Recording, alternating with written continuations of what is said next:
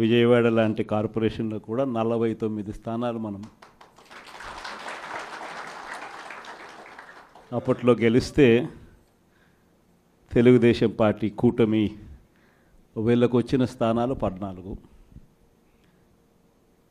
కమ్యూనిస్టులకు వచ్చింది 1.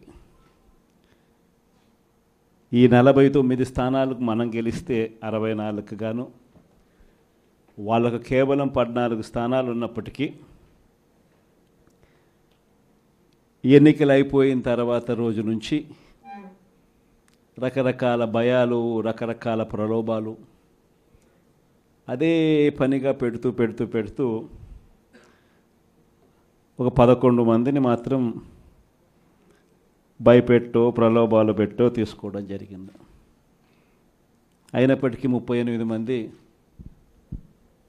నిఠారుగా నిలబడ్డారు అని చెప్పడానికి గర్వపడతాను. ఎందుకు ఈ మాట చెప్తా ఉన్నాను అని అంటే దానికి కారణం కూడా ఒకటే.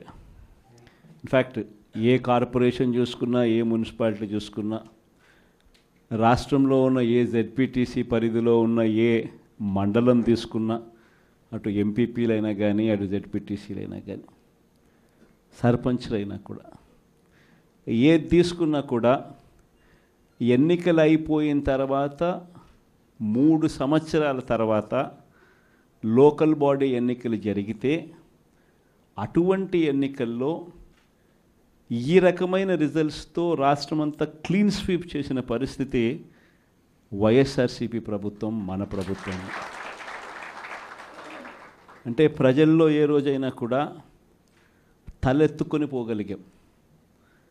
ప్రజలకు ఎన్నికల మేనిఫెస్టో అని చెప్పి ఏదైతే ఎన్నికల వేళ మనం ఏదైతే ఇచ్చామో, చూపించామో, ఏదైతే చూపించి మనం ఓట్లు అడిగామో, ఆ ఎన్నికల మేనిఫెస్టోలో 99% హామీలను నెరవేర్చి ప్రతి నెల ఏ పథకం అమలు చేస్తూ ఉన్నామో బడ్జెట్ ప్రవేశపెట్టే రోజే సంక్షేమానికి సంబంధించిన క్యాలెండర్ కూడా రిలీజ్ చేస్తూ, ఇదిగో ఈ నెల ఈ పథకం, ఇదిగో ఈ నెల ఈ పథకం, ఇదిగో ఈ నెల ఈ పథకం అంటూ క్రమం తప్పకుండా ప్రతి సంవత్సరం ఎక్కడా కూడా ప్రజలకు నష్టం జరగకుండా, ఇబ్బందులు పడకుండా క్రమం తప్పకుండా ఇచ్చిన ప్రభుత్వం ఏదైనా ఉంది అని అంటే అది దేశ చరిత్రలో ఒక వైఎస్ఆర్సీపీ ప్రభుత్వం మాత్రమే అని చెప్తాను. వైఎస్ఆర్సీపీ అన్న పార్టీ నిజంగా ఒక విలువల కోసం నిలబడిన పార్టీ. నా దగ్గర నుంచి మొదలెడితే ప్రతి కార్యకర్త కూడా, ప్రతి గ్రామ స్థాయిలో ఉన్న కార్యకర్త కూడా కాలర్ ఎగిరేసుకొని ఇది నా పార్టీ అని చెప్పి గర్వంగా చెప్పుకునే,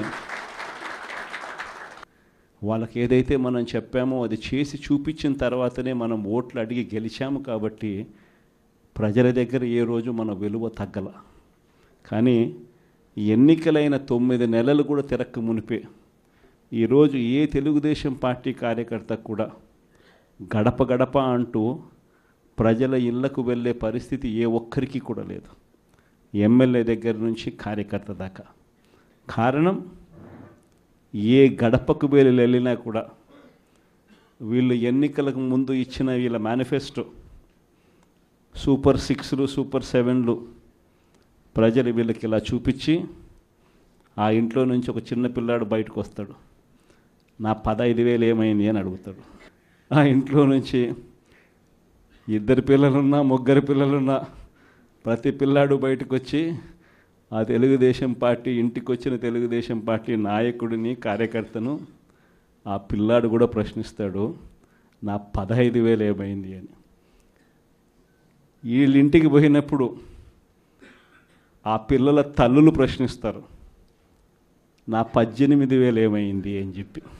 50 ఏళ్ళు నిండిన వాళ్ళు వచ్చి ప్రశ్నిస్తారు, నాకు 50 ఏళ్ళకే పెన్షన్ ఇస్తానన్నా నా 48,000 ఏమైంది అని చెప్పి. అదే ఇంట్లో 20 ఏళ్ళ పిల్లోడు, ఆ పిల్లాడు వచ్చి ప్రశ్నిస్తాడు, నాకు నెలలైనా 3,000 ఇస్తానన్నా 36,000 ఏమైంది, నా 36,000 ఏమైంది అని. అదే ఇంట్లో బహుశా విజయవాడలో కొంచెం రైతులు తక్కువేమో కానీ కొంచెం గ్రామీణ ప్రాంతాలకు పోతే రైతులు కూడా కండువా వేసుకొని వచ్చే ప్రతి రైతు కూడా నా 20,000 సంగతి ఏమైంది అని అడుగుతాడు. ఇలా ఏ ఇంటికి వెళ్ళినా కూడా తెలుగుదేశం పార్టీ నాయకులకు కానీ కార్యకర్తలకు కానీ ప్రజలకు సమాధానం చెప్పుకోలేని పరిస్థితుల్లో వాళ్ళు ఉన్నారు. ఎన్నికలప్పుడు ఏదైతే మాట చెప్పాడో ఆ రోజేమో మేము చెయ్యకపోతే మా కాలర్ పట్టుకోండి అని అన్నాడు.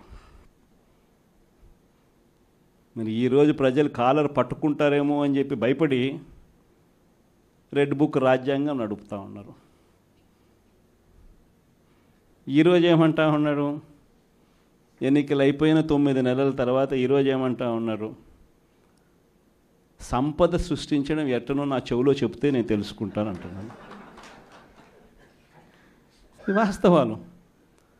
ఇదే మాటలు ఎన్నికలకు ముందు నేను చెప్పా, చంద్రబాబు నాయుడు నమ్మడం అంటే చంద్రముఖిని నిద్ర లేపడమే అని. ఇదే మాటలు నేను ఎన్నికలప్పుడు చెప్పిన, చంద్రబాబు నాయుడు నమ్మడం అంటే పులి నోట్లో తలబెట్టడమే అని చెప్పి. ఇదే మాటలే నేను చెప్పా. మేనిఫెస్టో ప్రజెంటేషన్ చేసేటప్పుడు ఇక్కడ ఇలా నిల్చుని ఇలా మేనిఫెస్టోని ఇలా చూపించా. మన మేనిఫెస్టోని ఇలా చూపిస్తూ వాళ్ళు చెప్పిన మేనిఫెస్టో హామీలను కూడా ఇలానే చూపిస్తూ చెప్పా. ఇది సాధ్యమయ్యేటివి కాదయ్యా చంద్రబాబు నాయుడు చెప్పేటివి. రాష్ట్రానికి సంబంధించిన బడ్జెట్ ఇది, మనం చేస్తూ ఉన్న బటన్లు నొక్కే కార్యక్రమం ఇది, దీనికే ఇంత డబ్బు ఖర్చు అవుతుంది. మరి చంద్రబాబు నాయుడు ఏమో 1,72,000 కోట్లు సంవత్సరానికి అయ్యే ప్రతిపాదనలు ఆయన చెప్తా ఉన్నాడు. సూపర్ 6లు మోసము, సూపర్ 7లు మోసము అని చెప్పి చెబుతూ మనమేం చేయగలుగుతాము అన్నది కూడా ప్రజలకు అర్థమయ్యేట్టుగా కూడా మేనిఫెస్టో సందర్భంగా కూడా చెప్పడం జరిగింది.